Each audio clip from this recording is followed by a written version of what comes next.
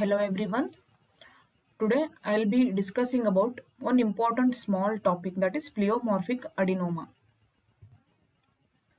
So what is this pleomorphic adenoma?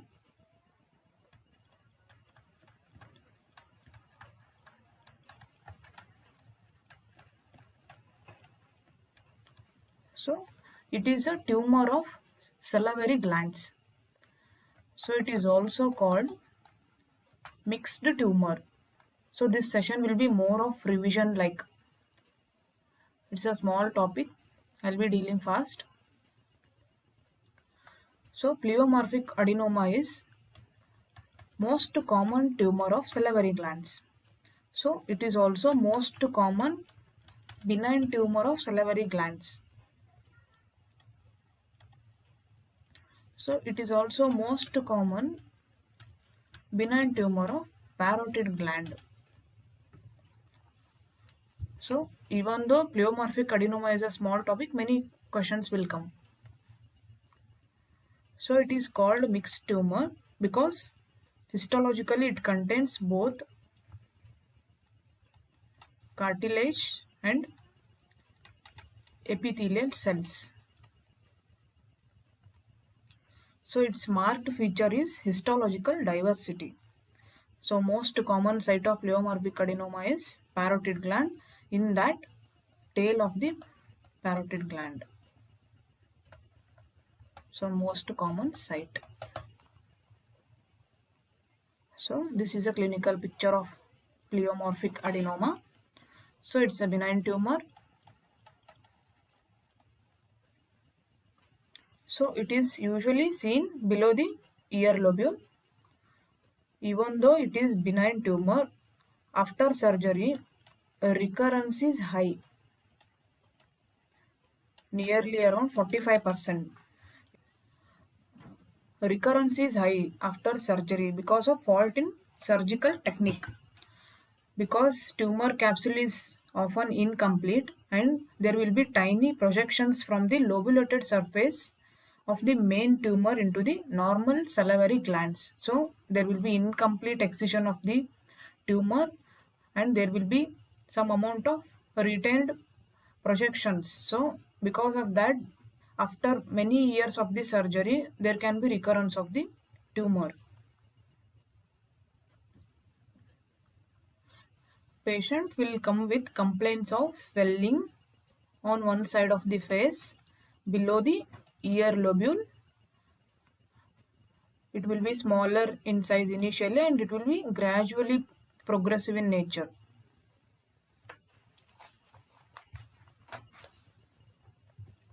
So this is the gross appearance of tumor. This is the normal salivary gland tissue, gray white glistening tumor and poorly developed capsule. So it will be a rubbery resilient mass and often it is with bossylated surface.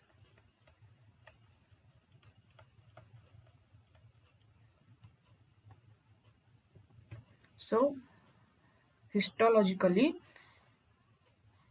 we can see epithelial cells here and chondromyxoid stroma and capsule. So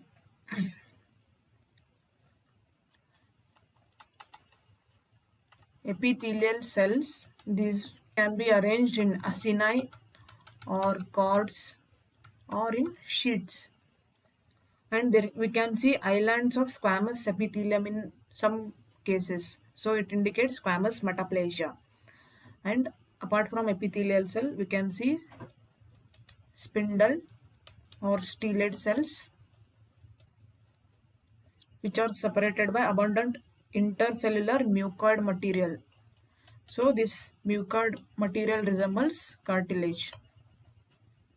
So what are the symptoms? So patient complains of painless swelling on one side of the face. Duration can be in months or years. It will be slow growing tumor and gradually increase in size. If it involves both lobes of the parotid gland, it will be dumbbell shaped. And if it involves deep lobe of the parotid gland, there will be medial shift of the tonsillar pillar. So this swelling will be freely mobile except in upward direction because of insertion of deep cervical fascia into the zygomatic arch. So it is called curtain sign. Curtain sign. That is, tumor is freely mobile in all direction except in upward direction because of insertion of deep cervical fascia into the zygomatic arch. So symptoms will be patient complains with swelling, usually painless swelling since many months or years. The main complaint will be swelling. On examination, we can see a swelling. On examination, we can see swelling below the lobule of ear. Temperature, there won't be local rise of temperature. Temperature and color over the skin is normal. And the shape will be oval or round in shape. As it increases in size, it may become lobulated. And surface will be smooth or voxelated and quite a distinct margin. Consistency firm or rubbery, and variable consistency is the main feature of pleomorphic adenoma. Variable consistency. So it is not fixed either to masseter muscle or skin, and there is no facial nerve involvement. If at all, if there is facial nerve involvement, it indicates carcinomatous changes. So there will be malignancy. So we should suspect malignancy.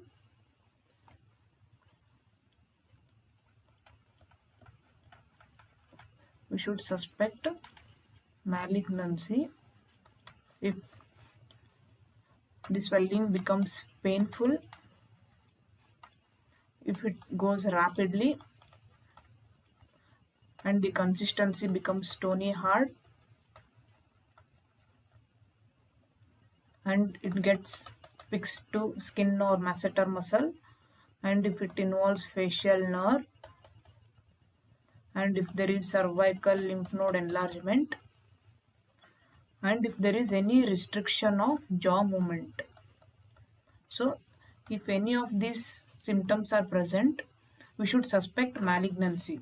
It's not benign, so we should suspect some malignant changes in the tumor.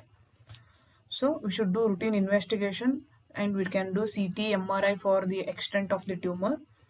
And in some cases, surgeons will advise fine needle aspiration biopsy.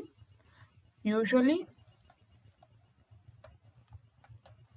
open biopsy they won't advise because usually it will be poorly encapsulated tumor. It will spill the tumor cells into surrounding tissue planes, which causes recurrence in future. So the treatment of choice is superficial parotidectomy.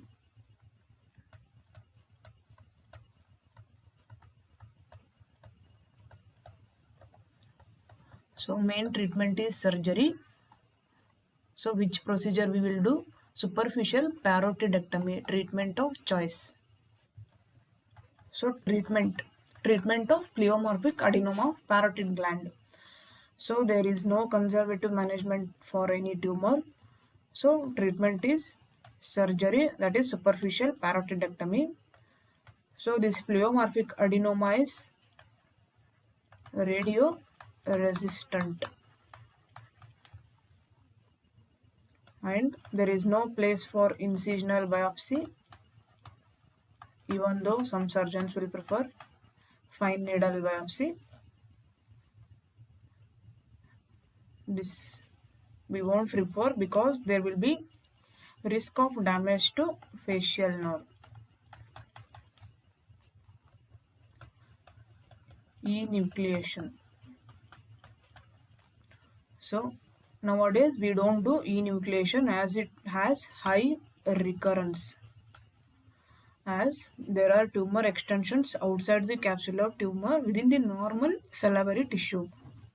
High chances of recurrence present in enucleation. So nowadays we don't prefer this enucleation.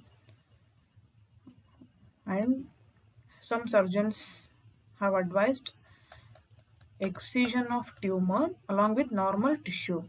This has disadvantage of injury to one or more branches of the facial nerve. So we will prefer treatment of choice is superficial parotidectomy.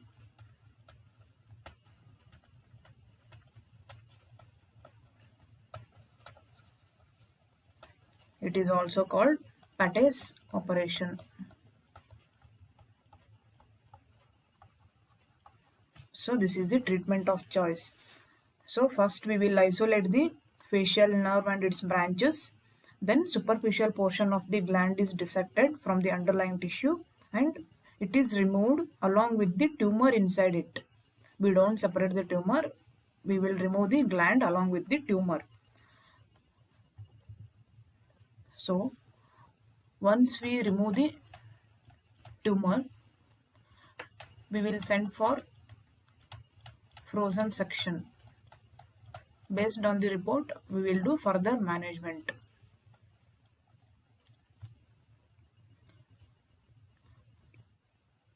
If it shows simple pleomorphic adenoma, so there is no further treatment. So after superficial parotidectomy, we will send for frozen section. If it shows pleomorphic adenoma, then further treatment is not required. We need regular follow-up.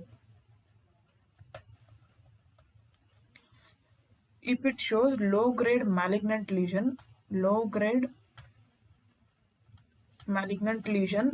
then the remainder of gland should be removed.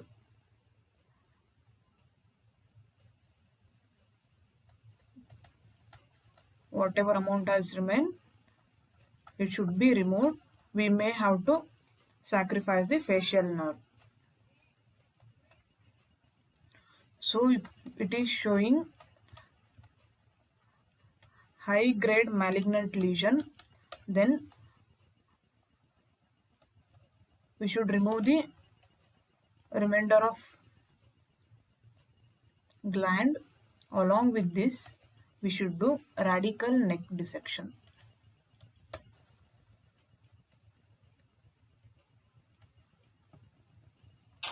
So this is the management of pleomorphic adenoma. In case of submandibular gland neoplasm, the whole gland has to be excised. Whole gland has to be excised, and we should be careful not to damage the lingual nerve and hypoglossal nerve. So this is about the one of the important topic, that is pleomorphic adenoma. It is the most common benign tumor. It is the most common tumor of the major salivary gland. It is the most common benign tumor of the parotid gland. So patient will be complaining of swelling below the ear lobule. It will be slow growing and it will be painless swelling. If it is becoming painful, then we should suspect malignancy. So after diagnosing, the treatment of choice is superficial parotidectomy. After that, we should send for frozen section. Based on that, we have different mode of management. The treatment of choice is superficial parotidectomy. If you like this video, please click like button and share this video to your friends. And please subscribe to my channel for more videos. Thank you.